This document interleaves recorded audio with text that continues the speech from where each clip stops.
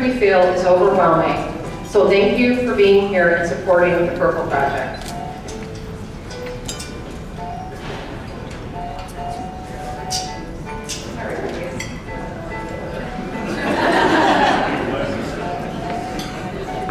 The Purple Project has two missions. Our first goal is to assist young single mothers with financial and emotional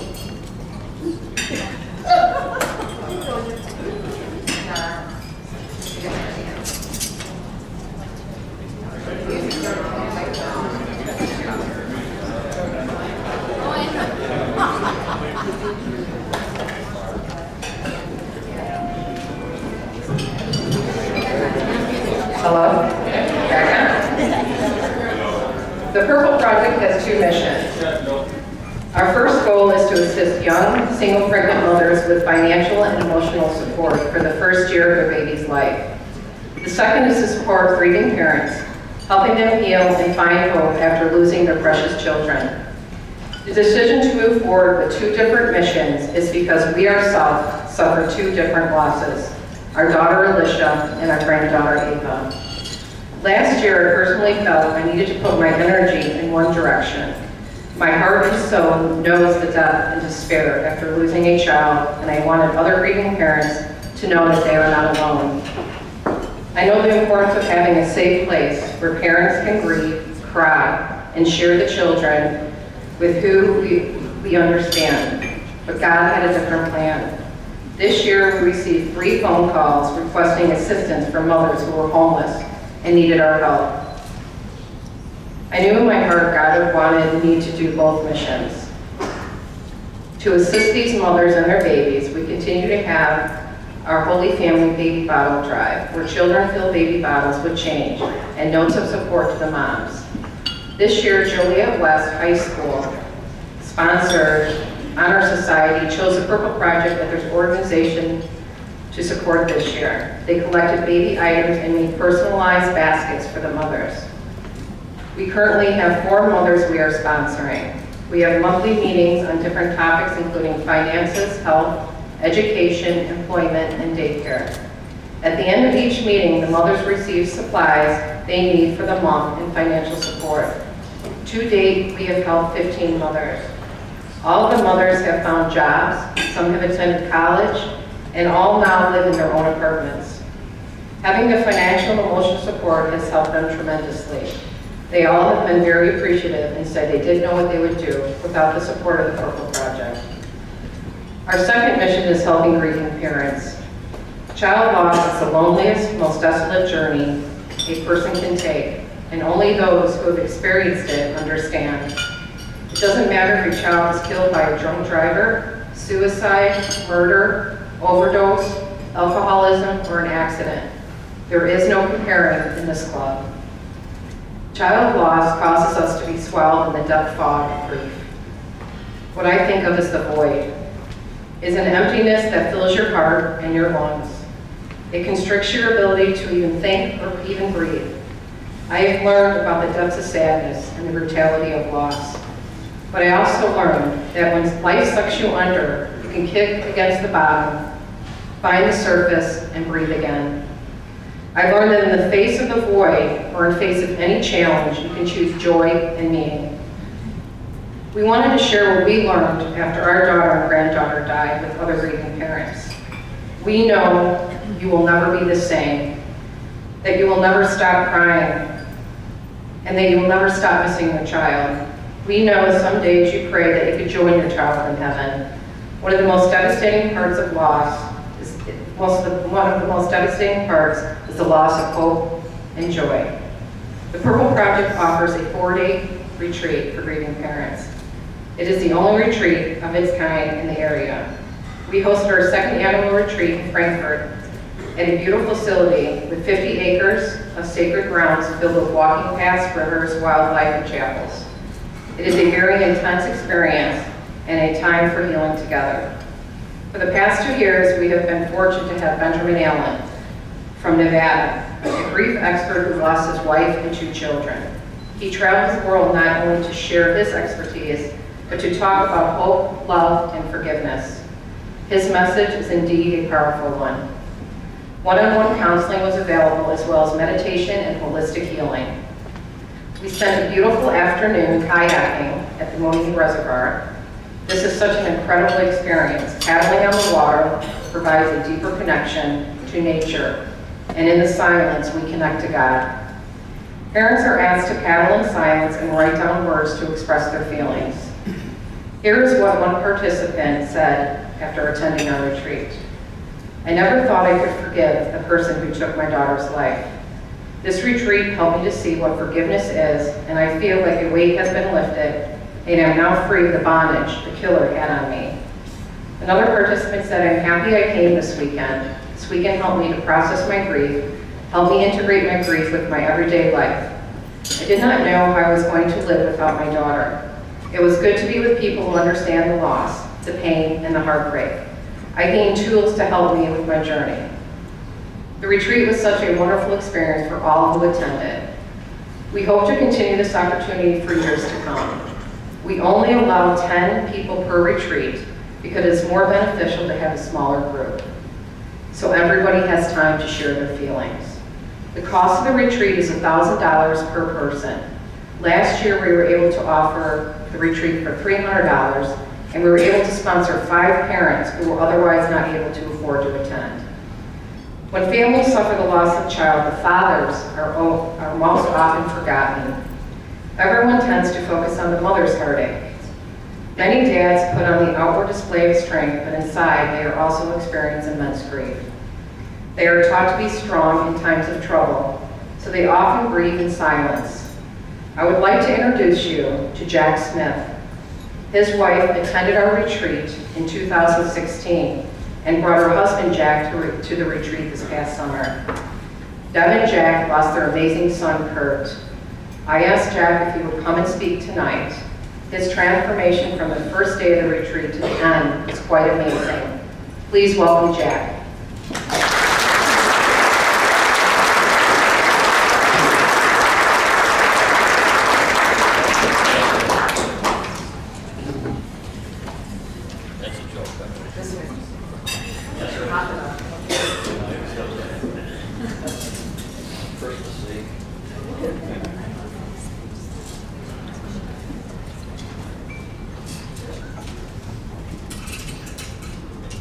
Good evening, everyone. Good evening. Was the dinner great? Brittany, my server, was fantastic, by the way. I hope, and I know yours was too. Thank you very much. That was very nice.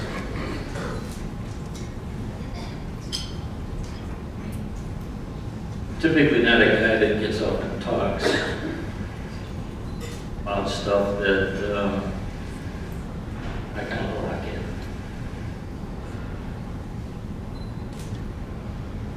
I might be the typical guy, whose dad said, you don't cry. I don't care what fellow.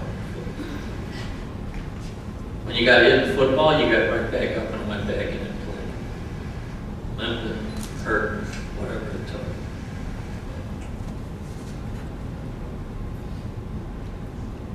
There's some things that just are unimaginable. And they take you to a place that's like dark. I'm talking darkness like up in the upper Minnesota area by Canada. You actually walk into a tree because you can't see anything in front of your face. But if you're fortunate enough to hit the tree and put you on your butt, you look up, the sky is full of stars. You're fortunate once in a while in your life to see those stars. You can identify them. There's the North Star. There's the Big Dipper. Oh, there's Sherry and Joe. So when she called me, Jack, I'd like you to do me a favor. My first thing is say, no frickin' way. No frickin' way am I doing that. But we really want you to do it. And blackness came back. I remember the stars. So I said yes.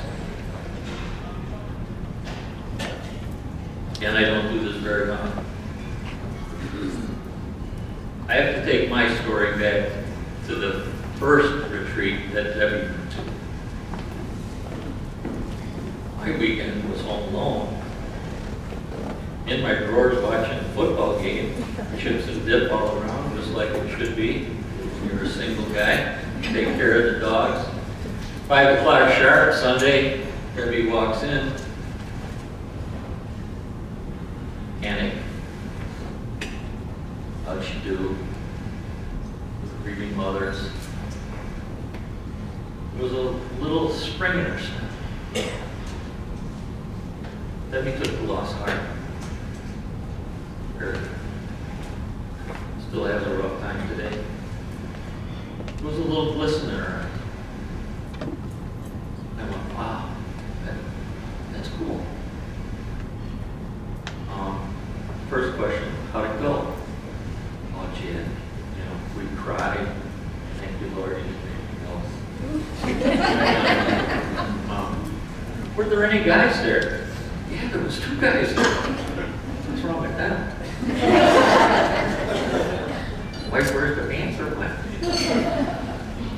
And she proceeded to explain to me what was going on, and of course she got to Benjamin.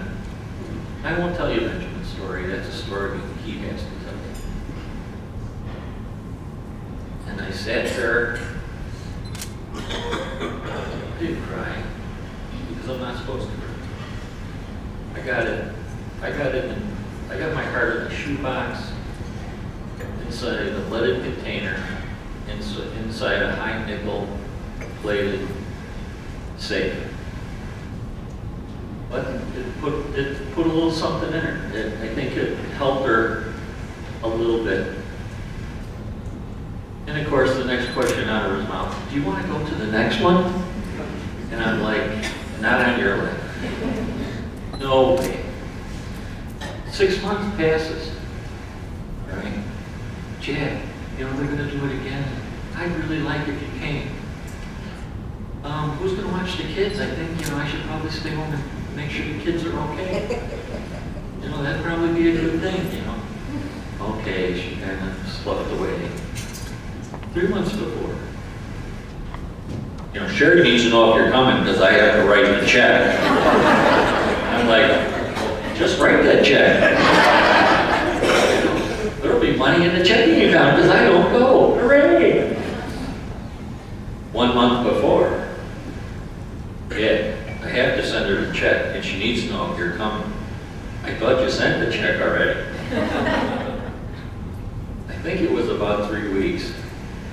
And she said, are you going to come with me or not? I said, you promise me there's guys coming?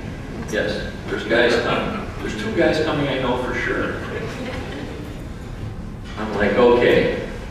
And literally, one of the few times she didn't say anything, she just... What did you say? I'll go. Now we're going to the first day. All right. Now, I've been practicing all week. Telling me all week. Not going to let no one in.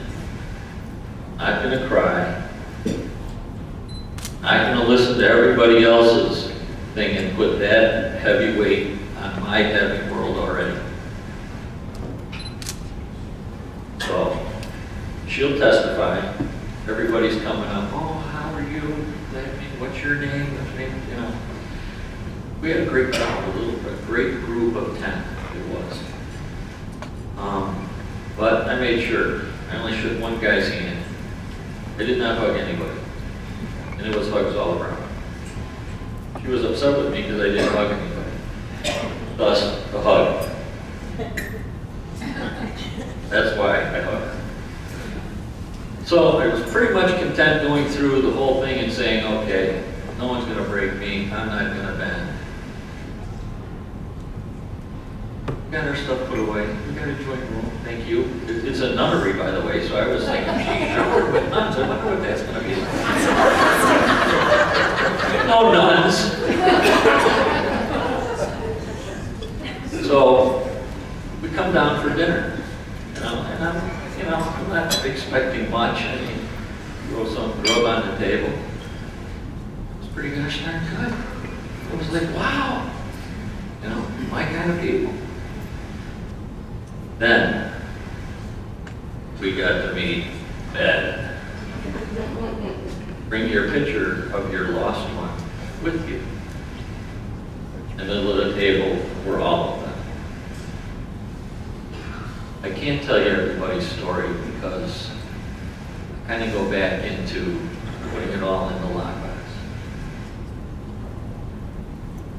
And Ben started out with, I want everybody to say what happened and what happened to their child. Debbie nudges me, you talk for us. I'm like, what? Okay, so I think I was second. California Girl, I think, was first.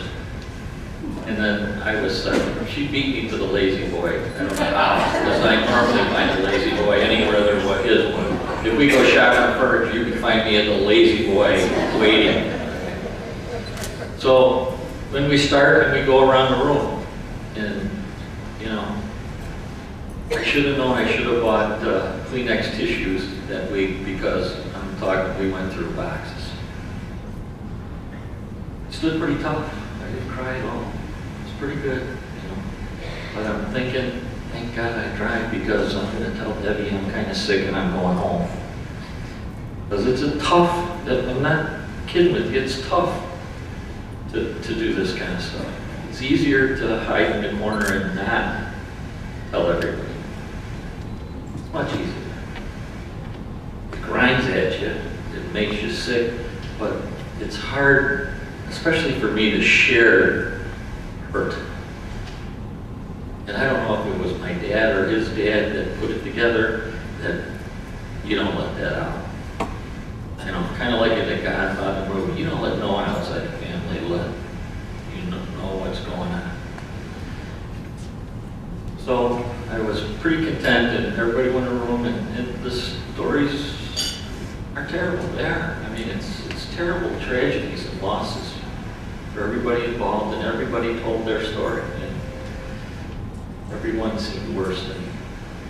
And then Ben told his story, which is, as bad as it is, this takes the cake.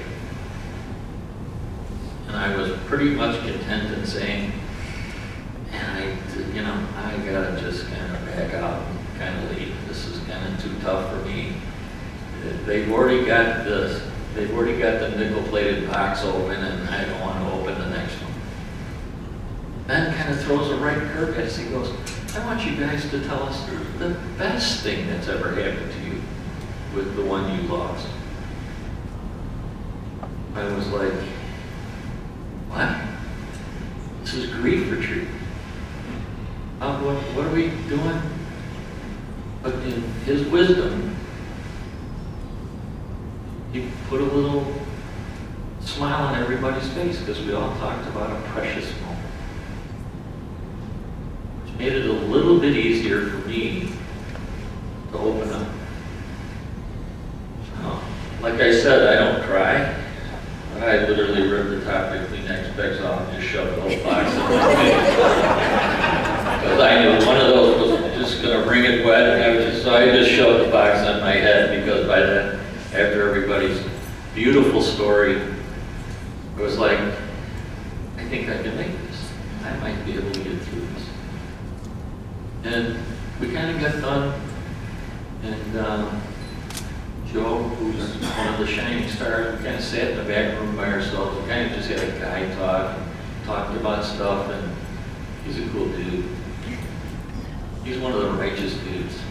To Joe. Yeah, to Joe.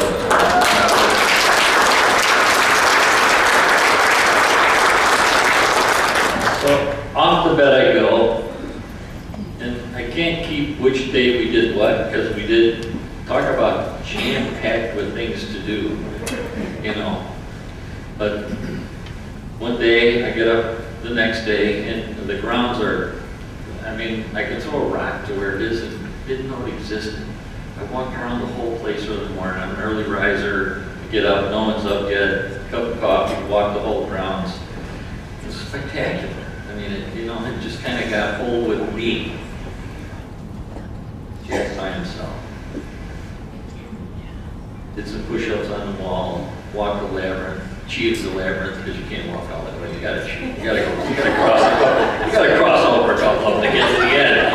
You can't just keep going around in a circle. You gotta be I cheated. I went to the middle. Put the rock on the top. Done. Did the simple. Did you walk the labyrinth? Oh, absolutely. Ooh, exercise. Let me tell you. So we get to it. We're doing a meditation kind of thing, and never done that before. So this is kind of a new experience for me. And it's she's very soothing and calming and kind of handled it. And I'm like, okay, I'm kind of grooving this. This is cool. Kind of reminds me of the peace days back in the 70s. Everything, kind of cool stuff. So it's rewarding. Except, I'm 60-some years old, so if you put me down and lay me down, guess what I do? I go to sleep. Yeah, that's what I do. So the old friendly reminder in the third rib, my wife's elbow, wake up, stop snoring. Hey, they said relax, I'm relaxing. You're interfering, you're ruining my mojo. Leave me alone. And of course, California girl says, make sure Harry don't get too close to your wife Debbie. I'm like, who the frick is Harry? So that was the kind of joke all the way through. Harry was with me all the time. I still don't know who Harry is, but he was with me the whole time. It was fun. It was a relaxing day. And of course, as we got closer to the end of the day, dinner time, again, every meal was spectacular. It was good. It wasn't, stew or something. It was a meal. It was great. It was really great. But then, of course, at the end of the day, we all get together for bed. The dreaded moment. I have to open up again. We went through another room. And every time they say you peel back the onion, there's always crying when you peel back the onion. And there was crying. More boxes of tissue. But we became, I gotta say, family. You can't describe it as friends because we still talk to them to today. When one of them's having a bad moment, they talk to them. Not to talk to me. But, Deb's the one everybody talks to. And they get together, and I don't want to know what they do, but they have fun. They sent me a few pictures. I bought cases of wine, and I go the next week, and there's no wine, so I'm like... So you work into a friendship with these people. And the thing that we have as a bond, of course, is we all belong to a club we never wanted to join. Thank you. All right, but I always tell people that there's a piece of my heart missing. And that's the pain I had. And you can't sew it up. You can't heal it. But a good friend of mine's wife died. Worked with my grandson. She died recently. And he kind of gave a talk about her. He wrote a letter to her, actually. He said, my heart aches because I don't have you to hug and hold anymore. So it swells from the love I have that I can't give you. So I kind of switched mine from a hole to it's so full and so enlarged that it hurts because I can't hug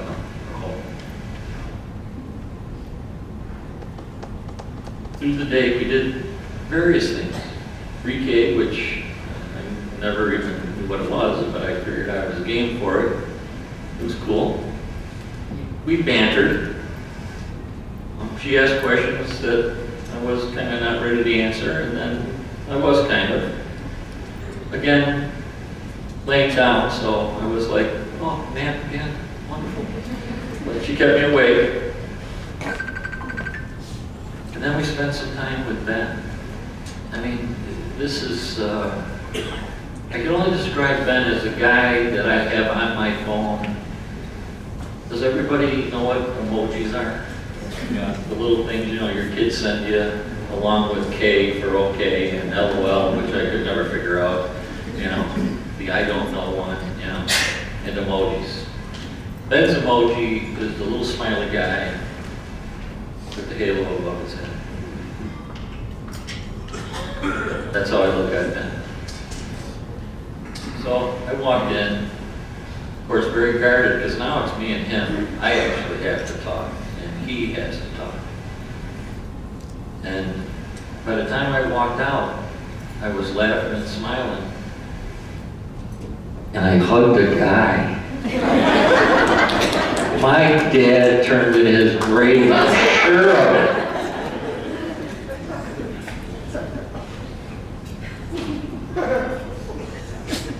If Ben was in the closet in the dark, you would all say, I understand. And has a gift, and he shares it with everyone. That's all I can say about it. But just an unbelievable guy. Had dinner again? Good dinner. You know, I'm forgetting about breakfast and lunch. All fantastic. And breakfast, guess what? You want 4 eggs, you get 4 eggs. My kind of breakfast. Kind of the last dinner. And it was California girl's birthday. Was it the last day? You know, I'm kind of confused. It gets fuzzy a year later, you know. But it was her, one day was her birthday. So, me and Sherry go out and we get her cake. Boy, did we get the wrong cake, but we got a cake. We went after the store and we both said, we want the best cake you got. I think it had rum in it, right? If I'm not mistaken. I mean, when we cut it, it rum oozed out of it like we were pouring it out of a bottle. That's how much rum was in it. And of course, California girl doesn't drink. So it didn't work out too well, but I liked the cake. I thought the cake was great.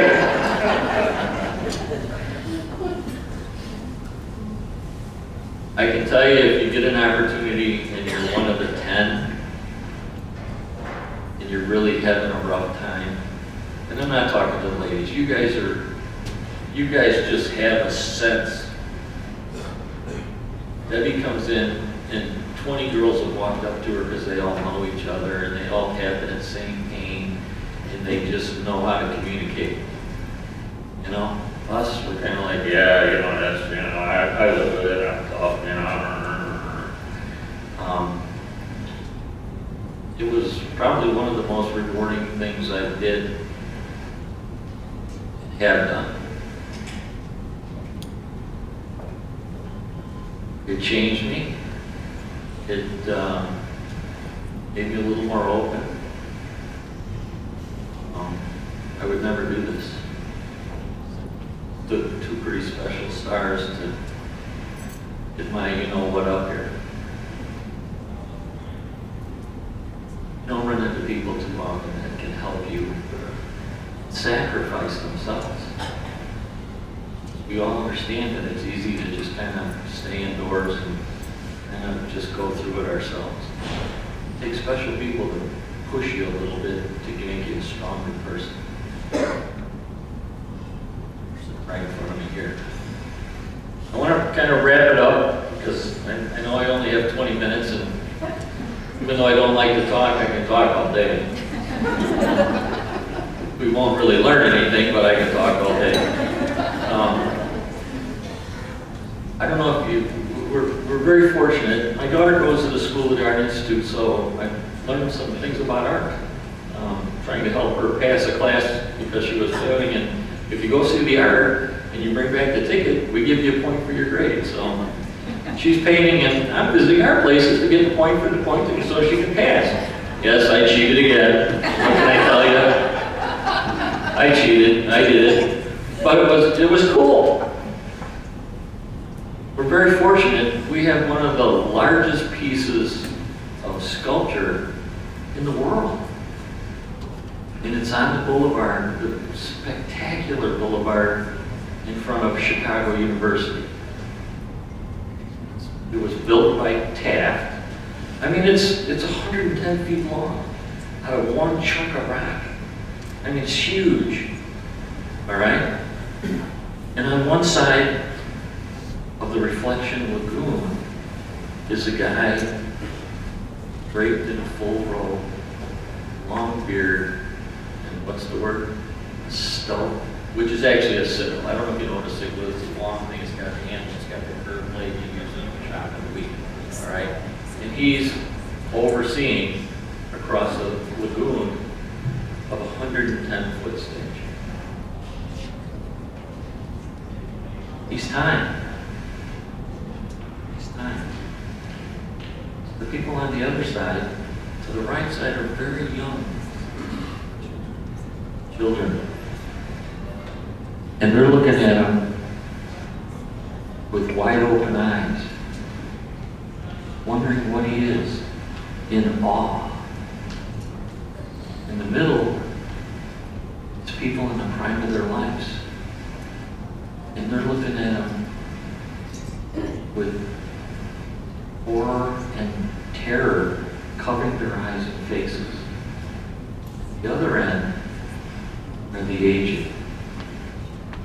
And they're looking at him with open arms,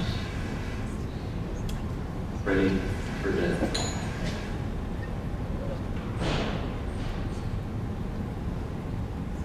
Moving if you get an opportunity to go visit it.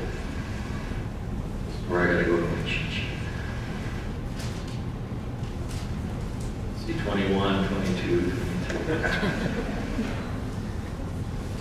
I need to cheat some more. I gotta get the 100-watt glasses up. Hopefully I didn't lose them. Yeah. Put them someplace. Did lose them. How can you lose your glasses? Are they sitting there someplace? Oh, sure. Underneath the paper.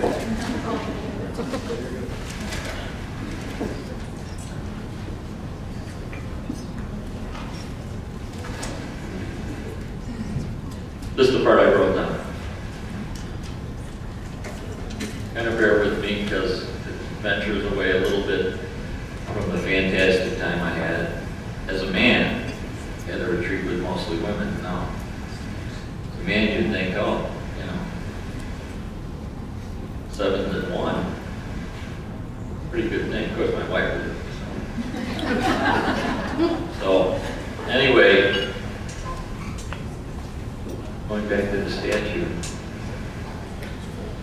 we've all been introduced to it early. Never get away from it. Our very own classmates, friends in our inner circle, our own family members.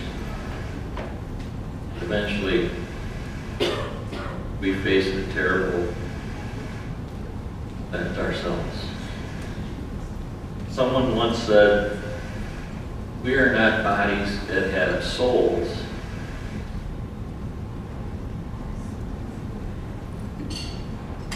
But rather, we are spirits that have bodies." The Word of God says it a little bit differently. The Word of God says both soul and body endure and are preserved forever in this life. Both are components of our existence. This is the hard words.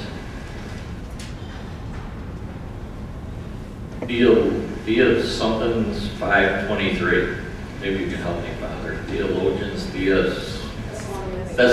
you go. So if it goes past 3 letters, I'm kind of out of the game. The second was, in the light that is to come, both body and soul, both shall endure forever.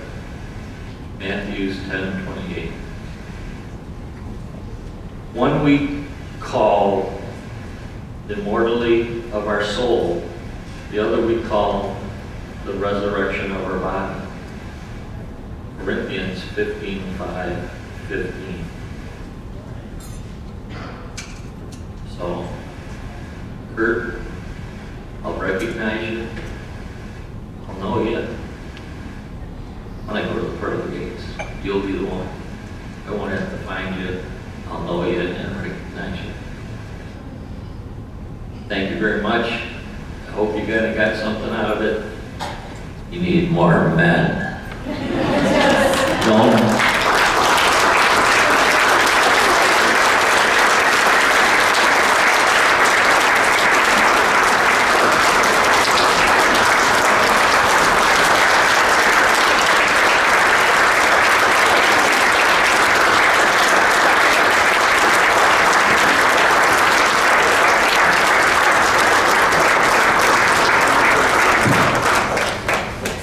Thank you, Jack, but I do want to share this hug story.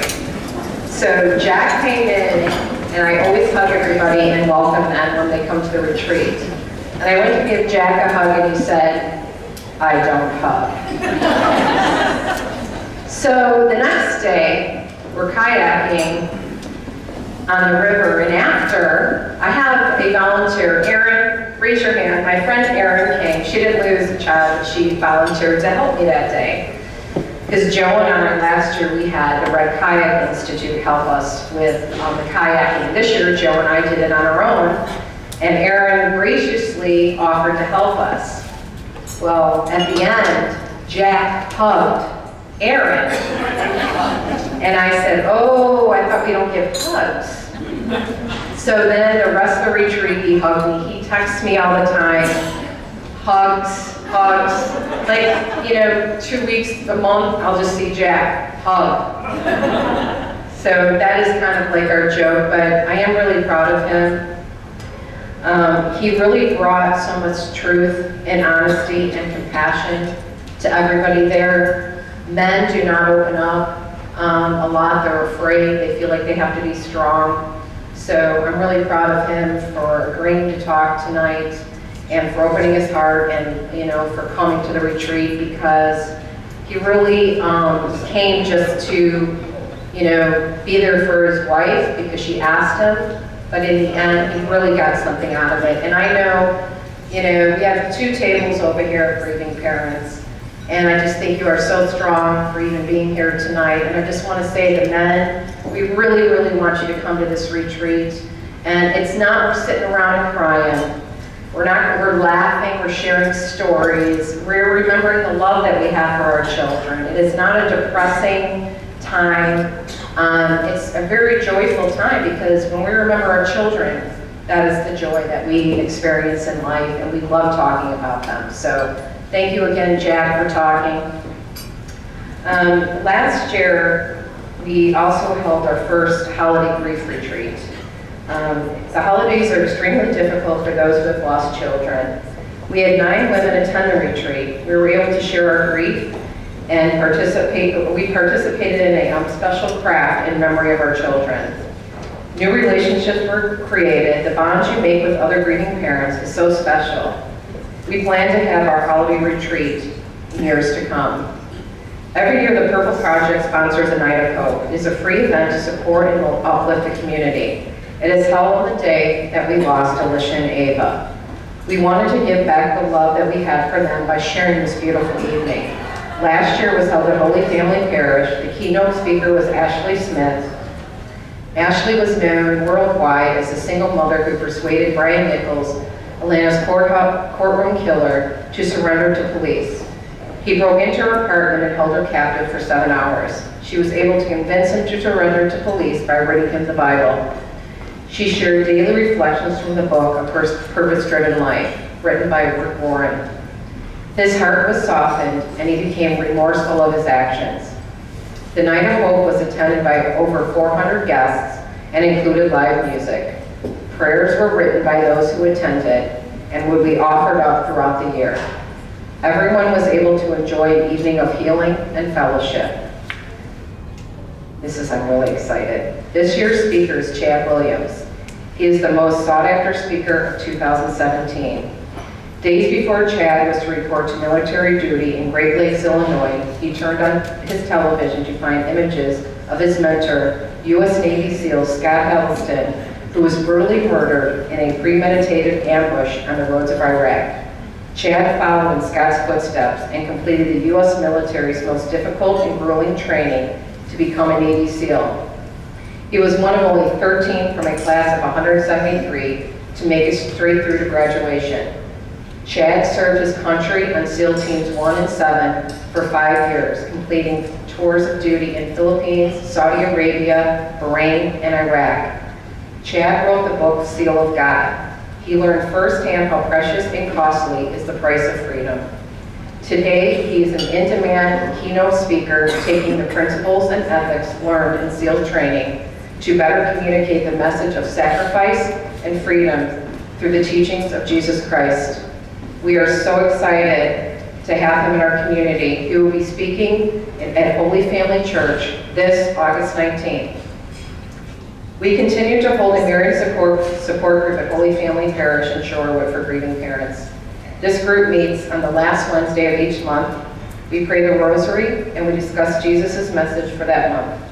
We also make it very personal by remembering the death date and birthdays of every child lost in our group, with a birthday cake and a balloon release. It is a very special group of survivors. I'd like to call attention to your table to pay it forward cards. These are for you to take with you. We ask that you do a random act of kindness and give a card to the recipient. Sharing kindness and joy is something that Alicia loved to do for others. I wanted her spirit to continue through acts of giving. So many wonderful acts of kindness have been performed since we started in 2014. I hope we can continue to spread love, kindness, and hope to those around us as we truly don't know the struggles of others. Before I conclude, I would like to express my deepest gratitude and love for those who have been there through me on my journey, which is every person in this room. Without your support and guidance, we could not have made it. Thank you to all who have given of their time and talent to the Purple Project. Without all of you, we could not help heal broken hearts and bring hope to others. I would also like to thank my pastor, Father Dennis Paul, and associate pastor, Father Tom Dunn, sitting right there, for the continued spiritual support in opening their church for our Night of Hopes. Our future goal with the Purple Project is to offer more grief retreats and free counseling to grieving parents. Joe and I continue to pray to God for His will to be done through our mission.